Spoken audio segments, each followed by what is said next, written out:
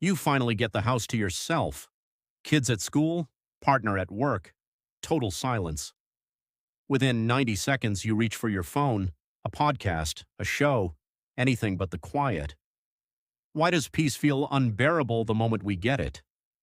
In 2014, researchers at the University of Virginia ran a test. They left people alone in an empty room for 15 minutes. No phone, no book, just their own thoughts. Then they gave the same people a button. Press it, and you get a mild electric shock.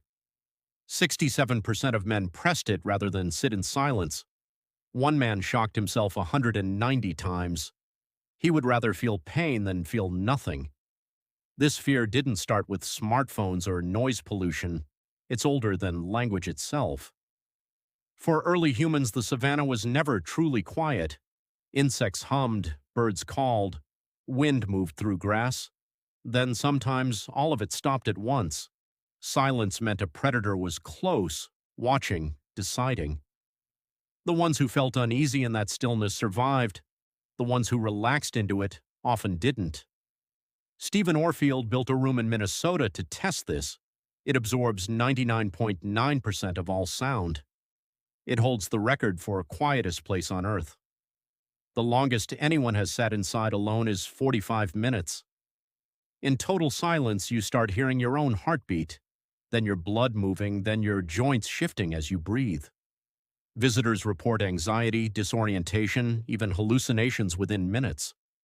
Your own body becomes the loudest thing in the room.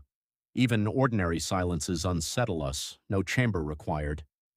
In 2011, Dutch researcher Namke Koudenberg studied conversation pauses. She found people grow visibly uncomfortable around 4 seconds of silence. 4 seconds, that's the entire threshold. Past that point, people rush to fill the space with anything, a joke, a question, a comment about the weather. Neuroscientists have a name for what happens when input stops.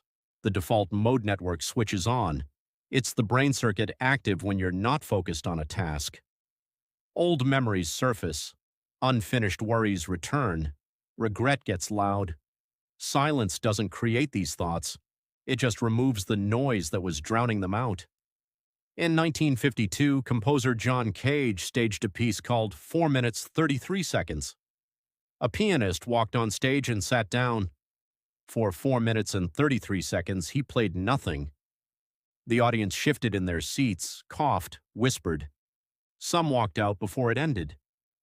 Cage wasn't testing music. He was testing people's tolerance for stillness, so the fear isn't really about sound at all. Silence removes every distraction we use to avoid ourselves. No screen, no conversation, no task standing between you and your own mind. That's the part we're actually afraid of. Next time a room goes quiet, try staying a little longer. See what's actually there once the noise stops covering it up.